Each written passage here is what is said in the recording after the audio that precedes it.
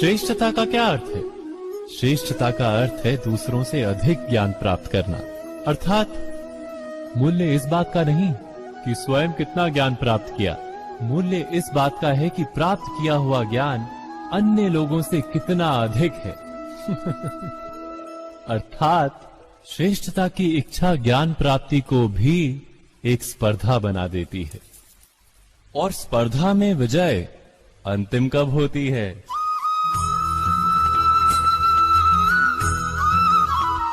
कुछ समय के लिए तो श्रेष्ठ बना जा सकता है, किंतु सदा के लिए कोई श्रेष्ठ नहीं रह पाता।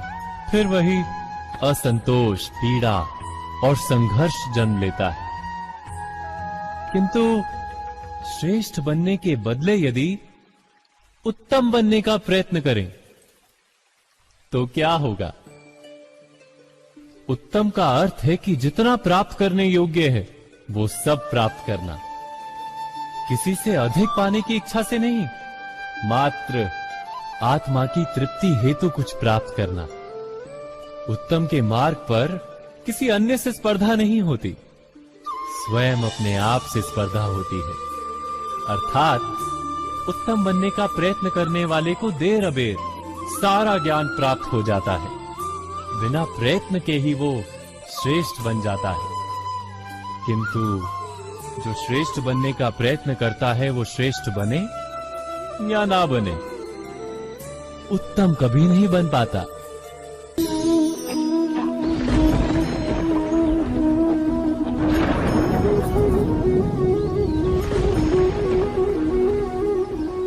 सपनों और पूर्वाभासों के आधार पर हम भविष्य के सुख दुख की कल्पना करते हैं। भविष्य के दुख का कारण दूर करने के लिए हम आज योजना बनाते हैं।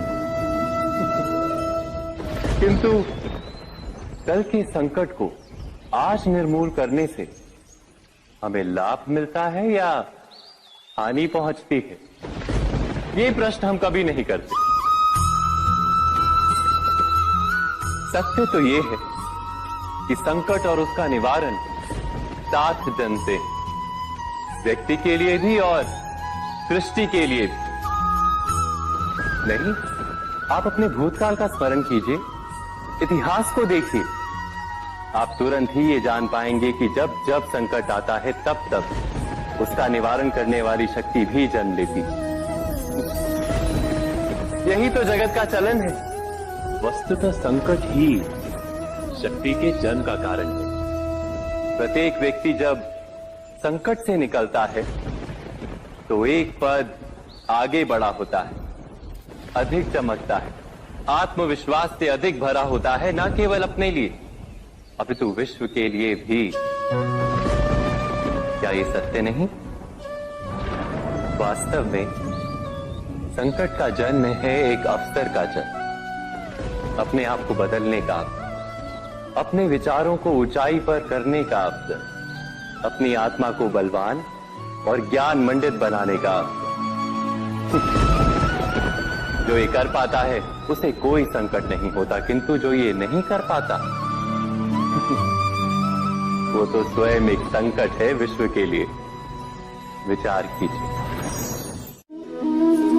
कभी कभी कोई घटना मनुष्य के जीवन की सारी योजनाओं को तोड़ देती और मनुष्य उस आघात को अपने जीवन का केंद्र मान लेता। पर क्या भविष्य मनुष्य की योजनाओं के आधार पर निर्मित होते हैं? नहीं। जिस प्रकार किसी ऊंचे पर्वत पर सर्वप्रथम चढ़ने वाला उस पर्वत की तलाई में बैठकर जो योजना बनाता है, क्या वही योजना उसे उस पर्वत की चोटी तक पहुंचाती है? नहीं। वास्तव में वो जैसे जैसे ऊपर चढ़ता है वैसे वैसे उसे नई नई चुनौतियां, नई नई विडंबनाएं, नए नए अवरोध मिलते हैं। प्रत्येक पद पर वो अपने अगले पद का निर्णय करता है। प्रत्येक पद पर उसे अपनी योजनाओं को बदलना पड़ता है। कहीं पुरानी योजना उसे खाई में ना ढकेल दे। वो पर्वत को अपने योग्य नहीं बना पाता, केवल स्वयं को पर्वत के योग्य बना सकता है। क्या जीवन के साथ भी ऐसा ही नहीं? जब मनुष्य जीवन में किसी एक चुनौती को एक अवरोध को अपने जीवन का केंद्र मान लेता है, अपने जीवन की गति को ही रोक देता है, तो वो अपने जीवन में सफल नहीं बन पाता और ना ही सुख और शांति प्राप्त कर पाता। अर्थात जीवन को अपने योग्य बनाने के बदले स्वयं अपने को जीवन के योग्य बनाना ही सफलता और सुख का एकमात्र मार्ग नहीं। स्वयं विचार कीजिए।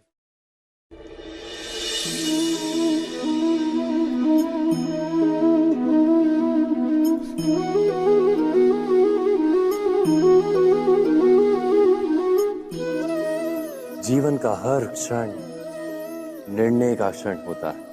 प्रत्येक पद पर दूसरे पद के विषय में कोई निर्णय करना ही पड़ता है और निर्णय अपना प्रभाव छोड़ जाता है। आज किए गए निर्णय भविष्य में सुख अथवा दुख निर्मित करते हैं, ना केवल अपने लिए, अपने परिवार के लिए भी, आने वाली पीढ़ियों के लिए भी। जब कोई दुविधा सामने आती है तो मन व्याकुल हो जाता है, अनिश्चय से भर जाता है। निर्णय का वो क्षण युद्ध बन जाता है और मन बन जाता है युद्ध भूमि। अधिकतर निर्णय हम दुविधा का उपाय करने के लिए नहीं, केवल मन को शांत करने के लिए लेते हैं। पर क्या कोई दौड़ते हुए भोजन कर सकता है? नहीं। तो क्या युद्ध से जूझता हुआ मन कोई योग्य निर्णय ले पाएगा?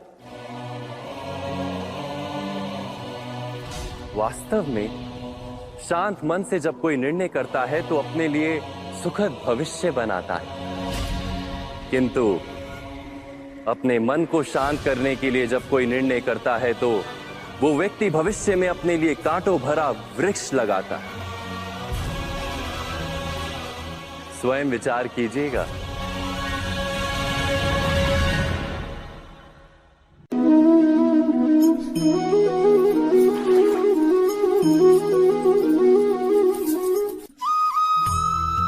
जीवन में आने वाले संघर्षों के लिए जब मनुष्य स्वयं को योग्य नहीं मानता, जब उसे अपने ही बल पर विश्वास नहीं रहता, तब वो सद्गुणों को त्याग कर दुर्गुणों को अपनाता है।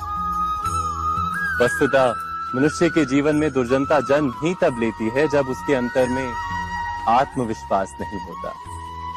आत्मविश्वास ही अच्छाई को धारण करता है। ये आत्मविश्वास है क्या?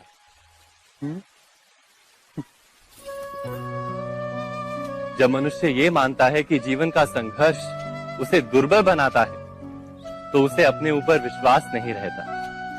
वो संघर्ष के पार जाने के बदले संघर्ष से छूटने के उपाय ढूंढने लगता है। किंतु जब वो ये समझता है कि ये संघर्ष उसे अधिक शक्तिशाली बनाते हैं, ठीक जैसे व्यायाम करने से देह की शक्ति बढ़ती, तो प्रत्येक संघर्ष के साथ उसका उत्साह बढ़ता है। अर्थात आत्मविश्वास और कुछ भी नहीं, मन की स्थिति, जीवन को देखने का दृष्टिकोण मात्र है। और जीवन का दृष्टिकोण तो मनुष्य के अपने वश में होता है।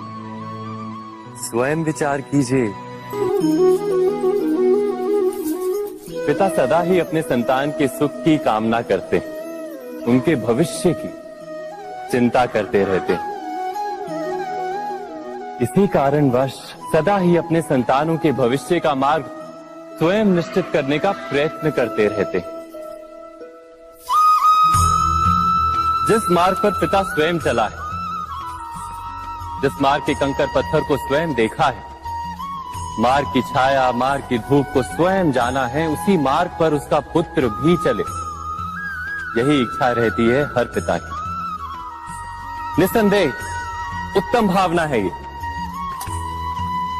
किंतु 3 प्रश्नों के ऊपर विचार करना हम भूल ही जाते हैं। कौन से प्रश्न? प्रथम प्रश्न, क्या समय के साथ प्रत्येक मार्ग बदल नहीं जाते? क्या समय सदा ही नई चुनौतियों को लेकर नहीं आता? तो फिर बीते हुए समय के अनुभव नई पीढ़ी को किस प्रकार लाभ दे सकते हैं? दूसरा प्रश्न, क्या प्रत्येक संतान अपने माता पिता की छवि होता है? हाँ, संतानों को संस्कार तो अवश्य माता पिता देते हैं, किंतु भीतर की क्षमता तो ईश्वर देते हैं। तो जिस मार्ग पर पिता को सफलता मिली है, विश्वास है कि उसी मार्ग पर उसकी संतानों को भी सफलता और सुख प्राप्त होगा। तीसरा प्रश्न, क्या जीवन के संघर्ष और चुनौतियां लाभकारी नहीं होती? क्या प्रत्येक नया प्रश्न एक नए उत्तर का द्वार नहीं खोलता? तो फिर संतानों को नए नए प्रश्नों, संघर्षों और चुनौतियों से दूर रखना, ये उनके लिए लाभ करना कहलाएगा या हानि पहुंचाना? अर्थात जिस प्रकार संतान के भविष्य का निर्माण करने के बदले उसके चरित्र का निर्माण करना श्रेष्ठ है, वैसे संतानों के जीवन का मार्ग निश्चित करने के बदले उन्हें नए संघर्षों के साथ जूझने के लिए मनोबल व ज्ञान देना अधिक लाभदायक नहीं होगा? स्वयं विचार की